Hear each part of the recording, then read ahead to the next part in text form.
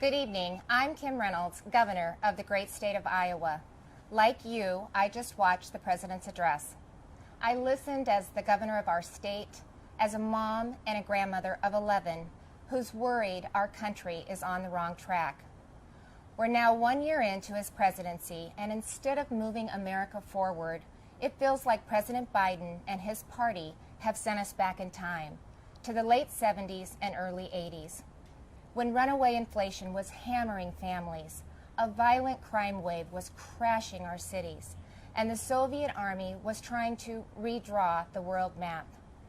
Even before taking the oath of office, the president told us that he wanted to, quote, make America respected around the world again, and to unite us here at home. He's failed on both fronts. The disastrous Afghanistan withdrawal did more than cost American lives. It betrayed our allies and emboldened our enemies. North Korea is testing missiles again at an alarming rate. The Speaker of the House recently warned our Olympic athletes not to speak out against China. And now Russia has launched an unprovoked, full-scale military invasion of Ukraine, an attack on democracy, freedom, and the rule of law. Now all Americans must stand united in solidarity with the brave people of Ukraine as they courageously defend their country against Putin's tyranny as they fight for their freedom. But we shouldn't ignore what happened in the run-up to Putin's invasion, waiving sanctions on Russian pipelines while eliminating oil production here at home, focusing on political correctness rather than military readiness, reacting to world events instead of driving them. Weakness on the world stage has a cost, and the president's approach to foreign policy has consistently been too little, too late. It's time for America to once again project confidence. It's time to be decisive. It's time to lead. But we can't project strength abroad if we're weak at home. And that's what I want to discuss with you tonight. The President and Democrats in Congress have spent the last year either ignoring the issues facing Americans or making them worse. They were warned that spending trillions would lead to soaring inflation. They were told that their anti-energy policies would send gas prices to new heights, but they plowed ahead anyway, raising the price at the pump by 50% and pushing inflation to a 40-year high. 4 decades ago, when our nation was last reeling from inflation, I was a young working mom just starting out. My husband Kevin worked days while I watched our girls, and then we would literally switch. We would pass in the yard as he was coming home, and I was leaving to work evenings at the local grocery store.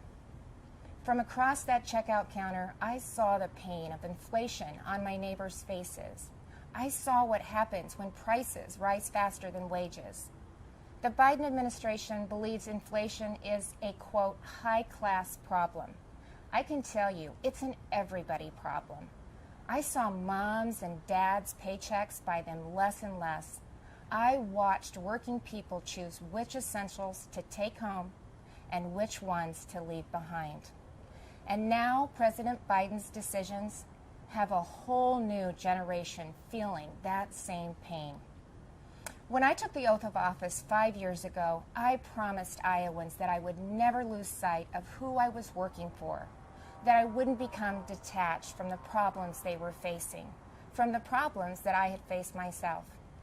But you don't have to check groceries to see what high inflation does to people. You just need to step outside of the D.C. bubble. Talk to Americans about what's on their mind.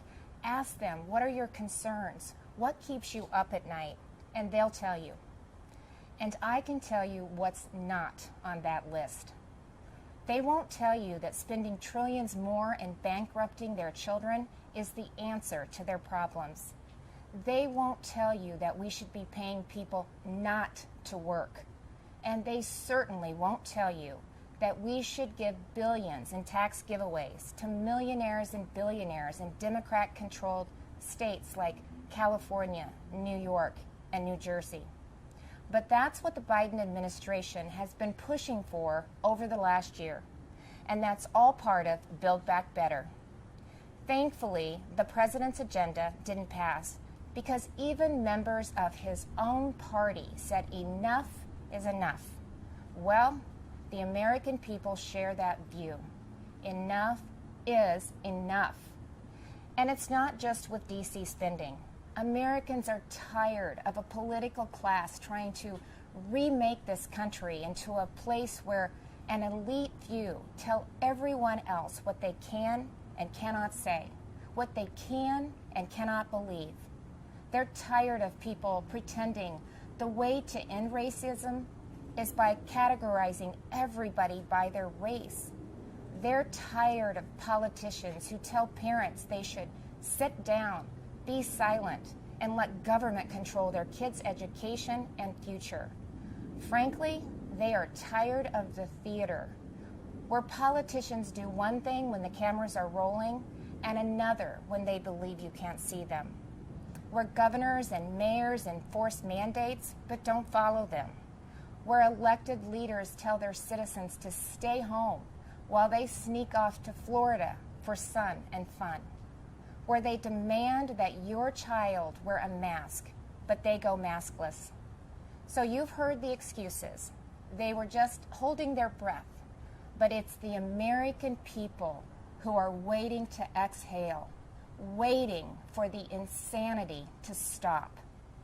We now live in a country where violent crime is out of control.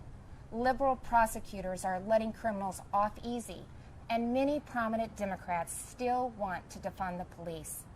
You know, it seems like everything is backwards. The Biden administration requires vaccines for Americans who want to go to work or protect this country, but not for migrants who illegally cross the border. The Department of Justice treats parents like domestic terrorists, but looters and shoplifters roam free. The American people are left to feel like they're the enemy. This is not the same country it was a year ago. The president tried to paint a different picture tonight, but his actions over the last 12 months don't match the rhetoric. It's not what he promised when he took office. But it doesn't have to be that way. There is an alternative. Across the nation, Republican governors and legislators are showing Americans what conservative leadership looks like, what it means to respect the people we serve, to hear them out, to stand up for them and walk alongside them. We know that our problems require bold action, but we also know that bold action doesn't have to mean government action. It's Americans making their own decisions for their own families and future. Republican governors face the same COVID-19 virus head-on. But we honored your freedoms and saw right away that lockdowns and school closures, they came with their own significant cost, that mandates weren't the answer. And we actually listened to the science, especially with kids in masks and kids in schools. What happened and is still happening to our children over the last 2 years is unconscionable. Learning loss, isolation, anxiety, depression. In so many states, our kids have been left behind, and so many will never catch up. That's why Iowa was the first state in the nation to require that schools open their doors. I was attacked by the left, I was attacked by the media, but it wasn't a hard choice. It was the right choice. And keeping schools open is only the start of the pro-parent, pro-family revolution that Republicans are leading in Iowa and states across this country. Republicans believe that parents matter. It was true before the pandemic, and it has never been more important to say out loud. Parents matter. They have a right to know and to have a say in what their kids are being taught. Families also have every right to live in a safe and a secure community, and that begins with a safe and secure country. But the Biden administration has refused to secure our border. They've refused to provide the resources to stop human trafficking, to stop the staggering influx of deadly drugs coming into our neighborhoods. They've refused to protect you. With Texas and Arizona leading the way, I, along with Republican governors from several states, have sent resources to the border. And we've actually gone to the border, something that our president and vice president have yet to do since taking office. On the economy, the contrast couldn't be more stark. While Democrats in D.C. are spending trillions, sending inflation soaring, Republican leaders around the country are balancing budgets and cutting taxes because we know that money spent on Main Street is better than money spent on bureaucracy. Today, I signed legislation that eliminates Iowa's tax on retirement income and sets our tax rate at 3.9%. That's less than half of what it was just 4 years ago. And it shouldn't come as a surprise that out of the top 20 states with the lowest unemployment rates, 17 have Republican governors. Republicans may not have the White House, but we're doing what we can to fill the leadership vacuum. And on the issues that are affecting Americans, Republicans are leading. We're standing up for parents and kids. We're standing up for life. We're keeping our communities safe and thanking those in uniform. We're fighting to restore America's energy independence, and that includes biofuels. We're getting people back to work, not paying them to stay home. Most of all, we're respecting your freedom. Behind me stands Iowa's Capitol, where we display our state motto, our liberties we prize and our rights we will maintain. And those aren't just empty words. It's a belief that the greatness of this state and this country lies in our people, not government.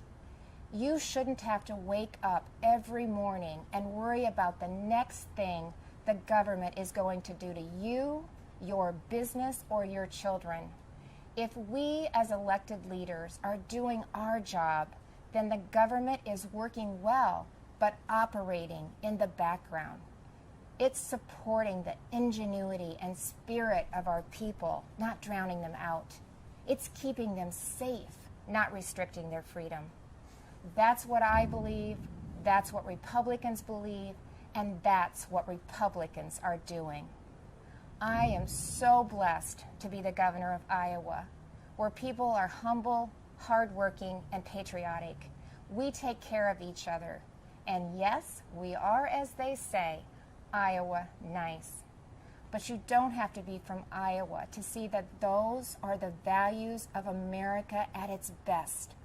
All of America. Over the last few years, I've put my faith in Iowans, and they haven't let me down. I encourage this president to do the same, to put his faith in you, the American people, who have never wavered in your belief in this country, regardless of who leads it. Because you know, you've shown that the soul of America isn't about who lives in the White House. It's men and women like you in every corner of this nation who are willing to step up and take responsibility for your communities, for your neighbors, and ultimately for yourselves. By that most important measure at least, the state of our union is indeed strong. Thank you, God bless you, and God bless the United States of America.